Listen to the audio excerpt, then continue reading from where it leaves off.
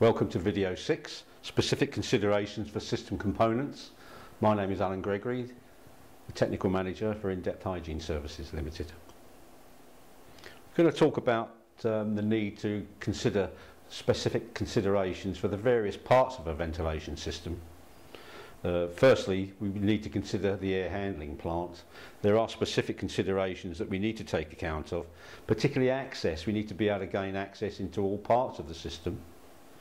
In many cases, the coils within an air handling unit are so close together that access is rarely ever provided properly, and it may be necessary to consider having additional access put at these particular points. Where the door seals in an air handling unit are in poor condition or have become damaged, this is an area that needs to be looked at, because these poor seals will let dirty air within the air handling unit, causing unnecessary contamination. The area that has the most contamination within a ventilation system is generally the fresh air inlet. By its very nature, this is where the fresh air from outside of the building comes into the ventilation system. It is not normally protected by filters. It should have a weather louver to stop moisture getting in, rainwater, and also a 12mm mesh screen behind the louvers to stop vermin, leaves and other objects getting into the system. The fact that it gets heavily contaminated is a very good point for microorganisms to grow. And if moisture does get into this area, they will proliferate and then move on through the ventilation system. Filters, which are there to stop outdoor air pollutants getting into the main part of the ventilation system, should be properly fitted. This means that there should be no gaps between the filters or the doors where the filters are accessed, that the filters should be fitted in the right way. That means that the pockets, if they're bag filters, are in the vertical plane, and that the pleats, if it's a pleated panel filter, are also within the vertical plane. Some systems and air handling units have linings to them. This is to reduce the loss of heat or to stop sound from getting through into the system. If the surface coating of the lining becomes damaged, then some of the fibres, some of the man-made mineral fibres, can shed and spread through the system. In addition to which, where the damage occurs, moisture can also get into that lining, and this is again an area where microorganisms can proliferate. As already said, moisture is another area where we do not like having this in a ventilation system, because all dust and dirt within a ventilation system contains microorganisms. All it needs is water to make those microorganisms proliferate and grow.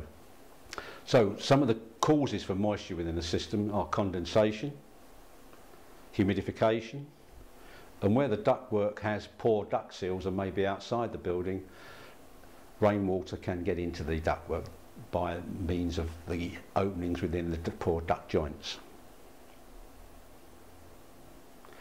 Heating and cooling coils should be considered, because they are, by their very nature, areas where dirt can collect, particularly if the fins on the coil are very close together and where the coils may not be protected by filters.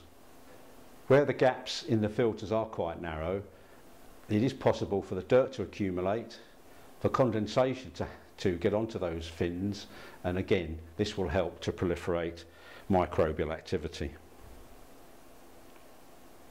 Sound attenuators, by their very nature, are designed to stop noise from transmitting through the ductwork system or outside the building.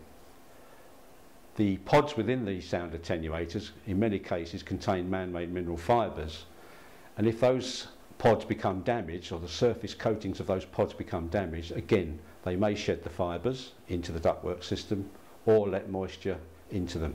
And as with the linings we mentioned earlier, these can let microorganisms grow. Air turning vanes, volume control dampers and fire dampers are obstructions within the airflow.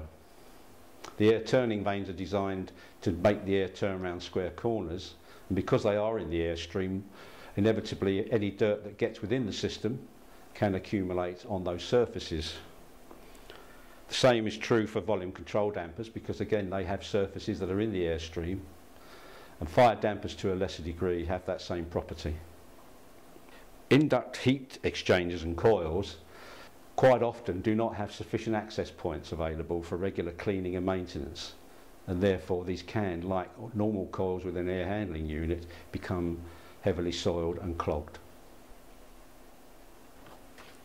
Flexible ducts have ribbed surfaces. The air doesn't flow readily over these ribbed surfaces, and again, any soiling within the airstream can become deposited on those ribs. Some flexible ductwork is not easy to clean because of the fact that they're made from a foil membrane, and these can be damaged by harsh cleaning methods. Diffusers and grills, again, are in the airstream and will collect soiling and dirt. Supply diffusers shouldn't have additional dirt on their surfaces because the air should be clean that's passing over them. However, extract grills are, by their very nature, taking soiled air from the workplace and therefore will accumulate dirt on their surfaces. Terminal equipment such as fan coil units, perimeter heating coils, VAV units are all very difficult to clean. Again, accessibility within those systems is very limited once they've been installed. In some instances you have a plenum void. These are normally the voids between the false ceiling and the floor slab of the floor above, and the ventilation system is within that void. And generally speaking, the extract air uses that void as a return duct and can become very heavily soiled. Clearly, if there are lighting components within there or other system components within there, they are also likely to become heavily soiled, and the cleaning of these can be very extensive and require substantial removal of ceiling tiles.